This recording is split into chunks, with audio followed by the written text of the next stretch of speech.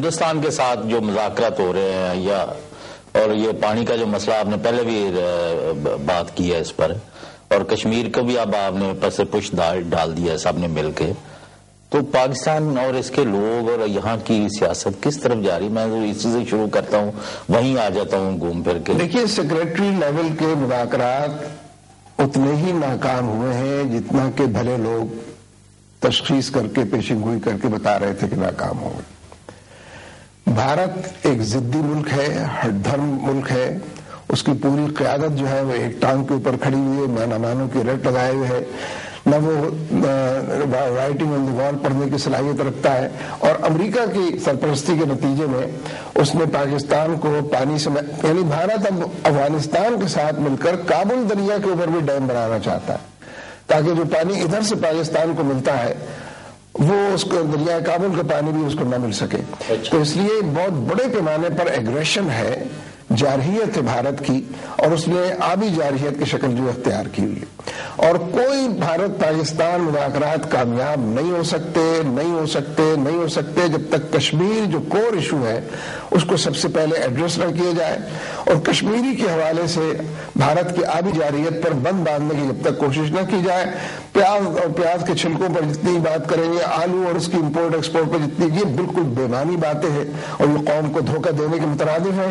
Secretary level کے مذاکرات بھی بھارت کی انہی سازشوں کو نظر ہو گئے ہیں، اس لیے بھارت کو پہلے تسلیم کرنا چاہیے کہ کشمیر ڈسپیوٹڈ ٹیریٹری ہے، متنازع علاقہ ہے، اس تنازع کا حل یونائیٹڈ نیشنز کی ریزولوشنز ہیں، اور کشمیری یہ فیصلہ کریں گے تو بھارت کے ساتھ رہنا چاہتے ہیں یہ پاکستان کے ساتھ آنا۔ بالکل ٹھیک ہے، لیکن آپ دیکھ رہے ہیں کہ آج منموہن جو ہے وہ سعودی عرب پہنچے ہوئے ہیں، 25-30 سال میں یہ پہلا وزیر اعظم ہے ہندوستان کا جو وہاں وزٹ کر رہا ہے، اور ادھر چائنا اور ہندوستان کی فوجیں جو ہیں وہ مشترکہ مشقیں کر رہی ہیں جی، اور باقی ہمسایوں کا آپ کے سامنے ہے۔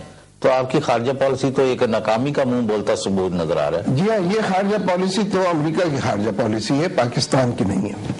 اس خارجہ پالیسی نے پاکستان کو نہ کچھ دیا ہے نہ یہ دے سکے گی، یہ دشمنوں کے کاز کو سرو کرنے والی پالیسی ہے۔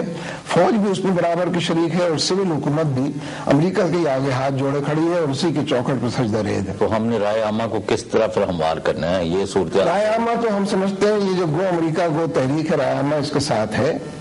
اپنے تمام مصروفیات اور مشاغل کے باوجود لوگ اس پہ جوش اور جوش شریک ہو رہے ہیں، اس لیے کہ یہ گو امریکہ گو تحریک پاکستان کے مستقبل کو سنوارنے کی تحریک۔ لیکن میرے خیال میں ہمارے پاس جو اندازے ہیں، کسی شہر میں بھی ہزاروں سے کم تو کسی جگہ بھی آپ کی ریلی میں لوگ شامل ہوئے، یعنی تھرو آؤٹ دی کنٹری آپ نے جن بھی جگہ پر گئے آپ، بہت بڑی تعداد نکلی ہے، کراچی میں، اسلام آباد میں، دلی میں، لاہور میں، بہت چھوٹے چھوٹے علاقوں کے اندر، ٹنڈو آدم کی بات آپ کریں، خزدار کی بات آپ کریں، تو چھوٹے چھوٹے علاقوں کے اندر بھی بہت بڑی تعداد، یعنی گوادر جیسے جگہ پر دور افتادہ علاقے کے اندر اور مختلف پارٹیوں کے لوگ بھی آ کر شریک ہوئے کہ یہ ایشو جو ہے ہمارا بھی ایشو ہے اور آپ کا پوری قوم کا ایشو ہے۔ آپ کا خیال ہے کہ جو آپ کا اندازہ تھا you are meeting with success? جی ہاں، بہت بڑے، بلکہ میں سمجھتا ہوں جو سرویز کے اندر 85-86% آ رہے ہیں، ہماری تحریک کا بھی اس کے اندر دخل ہے کہ اس تحریک کے نتیجے میں اویئرنیس اور ایک بیداری اور ایجنڈے کا شعور پیدا ہو رہا ہے،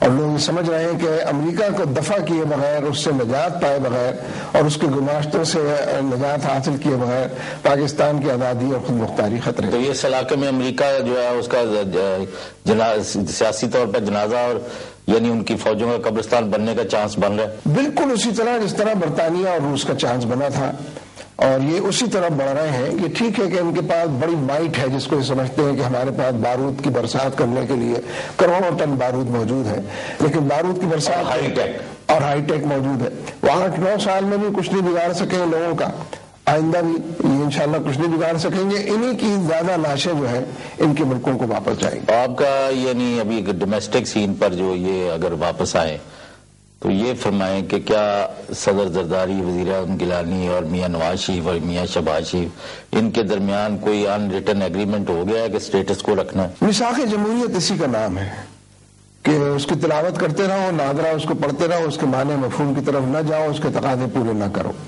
اور پھر یہ کہ میاں نواز شریف صاحب کو اوپر سے کہہ دیا گیا ہے کہ اپنی باری کے انتظار میں رائے ونڈ بیٹھے رہو، ریگل چوک پہ مت جانا، سڑکوں کے اوپر مت آنا، ہم جب چاہیں گے اس کو ہٹا دیں گے، تم کو لے آئیں گے. تو اس یقین دہانی پر یہ اچھے بیانات اور اچھی پریس کانفرنسوں اور اچھے سوال جواب پر گزارا کر رہے ہیں. اور زرداری صاحب بھی اس وقت تک بیٹھے ہوئے ہیں جب تک ان کے آقا ان کو بٹھائیں گے. جب ان کو ہٹائیں گے تو وہ ہٹ جائیں گے اور ان کی جگہ آ جائیں گے. اسی لیے میں کہتا ہوں کہ سپریم کورٹ کے اس فیصلے پر عمل درآمد ہونا چاہیے جو 17 رکنی بینچ نے کیا تھا.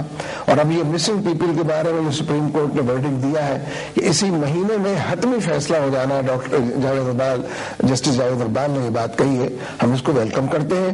اور ان معاملات کے اندر اگر سپریم کورٹ اپنا ویو لیتی ہے تو بہت سارے پردہ نشینوں کے نام اس کے اندر آئیں گے، بہت ساری نقابیں الٹی جائیں گی اور یہ حکمران ہی اس بات کے ذمہ دار قرار پائیں گے کہ انہوں نے ڈالر وصول کیے ہیں، سوئس بینکوں میں جمع کیے ہیں اور جگہ جگہ اپنے فلیٹ خریدے ہیں اور قوم کو امریکہ کے حوالے بھی کیا ہے اور قوم کو لاپتہ اور گمشدہ افراد کی تعداد میں بھی اضافہ کیا. سر بات سیدھی سی ہے، پاکستان کے لوگ یہ چاہتے ہیں کہ جس نے بھی جدھر سے جتنا مال لوٹ کے پاکستان کے باہر یا اندر رکھا ہے وہ ریکور ہونا چاہیے.